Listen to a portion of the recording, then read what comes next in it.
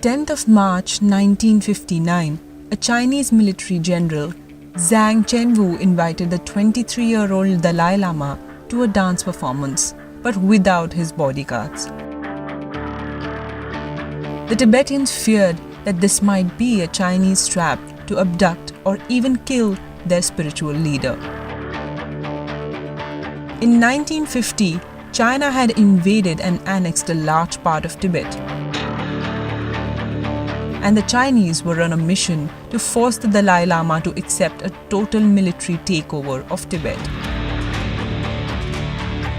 On the day of the performance, thousands of Dalai Lama's Tibetan supporters gathered outside his palace. There were protests fueling rumors that the Chinese were planning a military assault. But the Dalai Lama had planned an escape from Lhasa.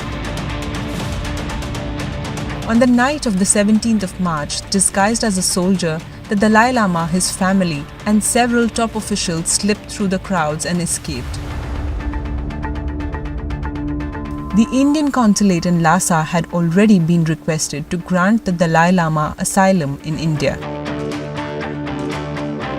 Tibet and India, through the ages, had a strong commercial and cultural relationship. The border had been peaceful, and India always treated Tibet as a separate nation.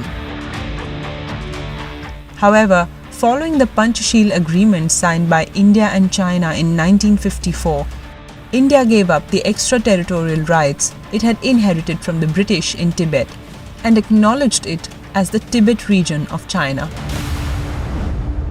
After fleeing Lhasa, the Dalai Lama and his entourage embarked on a 2-week-long journey, crossing the Himalayas and the Brahmaputra to seek refuge in India. On the 26th of March 1959, their caravan reached the border between India and Tibet, from where the Dalai Lama sent a letter to the Indian Prime Minister Jawaharlal Nehru. It said, "Ever since Tibet went under the control of Red China and the Tibetan government lost its powers in 1951, my government officers and citizens have been trying to maintain peace in Tibet, but the Chinese government has been gradually subduing the Tibetan government. In this critical situation, we are entering India. I hope that you will please make necessary arrangements for us in the Indian territory, confident of your kindness." India was ready to welcome the Dalai Lama and took measures for his protection. On entering India, the entourage stayed briefly on the Tawang monastery in Arunachal Pradesh. In April, the Dalai Lama reached Mussoorie, where he met Nehru. And on the 3rd of April 1959, India granted asylum to the Dalai Lama. He later permanently settled in Dharamshala in Himachal Pradesh, already a sanctuary for thousands of Tibetan exiles fleeing Chinese repression. Here, he set up the Tibetan government in exile. Nehru's bold move to grant political asylum angered China, which claimed total sovereignty over Tibet and alleged that India had violated the principle of non-interference and peaceful coexistence in the Panchsheel Declaration. But the Tibetan problem aggravated already deteriorating tensions on the India-China border.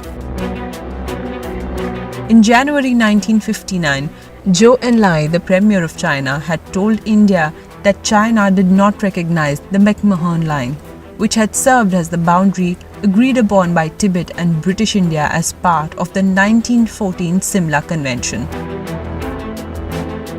For long, Tibet had acted as a buffer zone between China and India.